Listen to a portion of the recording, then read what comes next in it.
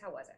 It was all of those things. It was paradise and hellacious. It was almost what the characters were going through, we were going through. We were obviously isolated because we were doing it during the height of the pandemic, so we couldn't go anywhere. I mean, you couldn't even, you know, stroll off of the beach and go to the local town. You couldn't do anything, right? The actors and I, we were just there, back to the hotel, back again. So we had that same sense of being trapped, but it was also beautiful and an intense feeling of this juxtaposition of something very scary happening in our lives, and yet we're in a beautiful place. And I think that thing of horror and beauty together is what makes Old, like, kind of special for audiences, that they see it and it sticks with them, that juxtaposition.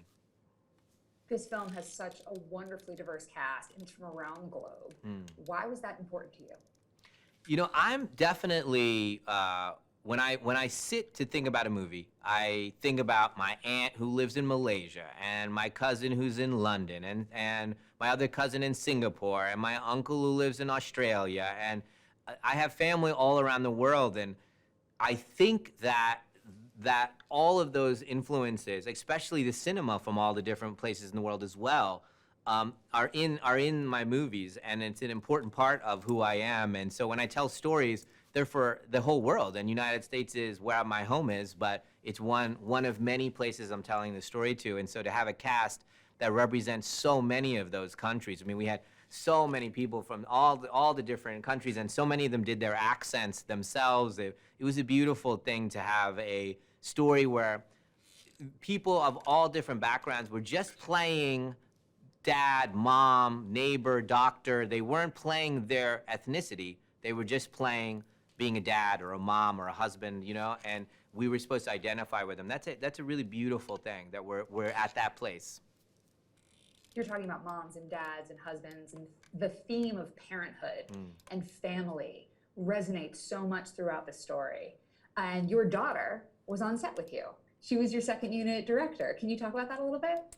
Well, my kids are the reason I'm doing this movie, because they gave me the graphic novel for Father's Day. So very ironic, of, you know, a movie about aging and kids growing up, and your kids actually give you this graphic novel, and they found it's an obscure graphic novel they found in a comic book store. It was like, it's actually like a movie, you know, premise of like finding this obscure book. And you know, Shauna, who directed Second Unit, is amazing filmmaker. I mean, all our kids grew up in a house of art, you know? I always tell them when they were babies, and a fan comes up to me and says, "Oh, I love your movies," and they walk away and they go, "What do you think about that, Dad?" And I'm like, "Well, you know, that person paid for one of the bricks of our house. So you have to be gracious to them, you know?" And I said, and and it's from the things that I make up in my head, so we're really, really lucky. And so they have really come to honor the art form of film and music and dance and all of those. They take it very seriously. And so Shauna has grown up in that environment and is an amazing filmmaker. And so it was a beautiful thing to be on one side of the beach shooting, and I see down the beach she's shooting something else. It's an amazing feeling. And at the end of the day, we were like, you know, work buddies. At the end of the day, we would go and have a drink and eat something at the bar, at the hotel, and then fall asleep. And we would just chat about what happened. "Oh, I can't believe the camera jammed on that thing." And we would share stories. I was just listening to this podcast that said the older people get, the less interest they have in time travel. Like, you don't care about going backward, you don't care about going forward, you just want now. And being in the present is a really big theme in this movie. Did making it, writing it, or directing it adjust or change your relationship with how you spend your time? It was the first time I really was connected to nature at that level. You know, I think like all of us, I have a very limited relationship with nature. I occasionally go out. There's occasionally a pool that we go to. We walk around the lawn sometimes. You know, you take a walk. You know, it's like prescribed and that kind of thing. But when we made this movie, I was outside all day long, from the sunrise to sunset every single day, dealing with the movement of the heat, the water, all of that stuff.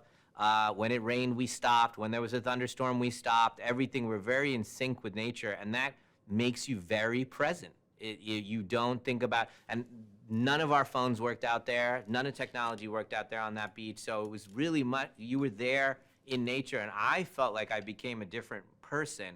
First, it was difficult, and all that toxins are in me, but then it went away, and I actually found it beautiful. And I, loved being out there for 12, 15 hours. And even now, speaking of it, I miss it, that version of me. And you are just there because you're so aware that everything's moving. The ocean is moving, the sun is moving, and this moment only exists now. And so you say action, and you capture something, and it's just that moment where that light is, and the ocean's here, and the mist is coming in. It's just that moment. You're never going to get that again. That you feel very lucky, and that is all of our lives all the time. We just don't think about it. Occasionally we go and we look at the sunrise when we're on vacation, or the sunset on vacation, and we go, wow, but we have that same sunset and sunrise where we live. We just never look at it. This movie really capitalizes on the universal fear of death and also of losing time. What to you is so scary about that? I think, when I was thinking of the premise, and I wondered whether audiences would be okay without a physical villain. There isn't a raptor chasing them, trying to eat them.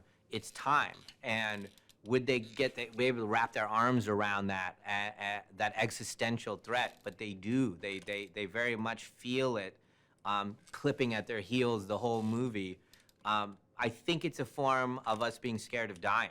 That when I say, hey, when you're 13 years old, are you thinking about, does a 13-year-old boy think about vulnerability? No, they don't think about anything. They're going to live forever, right? Their perception of time is so slow that I'm going to live in 80 more years or 70 more years feels like 4,000 years to them. But if I sped it up that fast, where they're going, oh my, I have till nightfall to live, then it's suddenly extremely scary for whatever age you're at. And so it's about our relationship to time, and do we feel like this is a linear thing that ends, and is that the correct way to think about it? We're all so scared of dying. This is just another version of that. Sometimes I talk about ghosts, but this one is about time.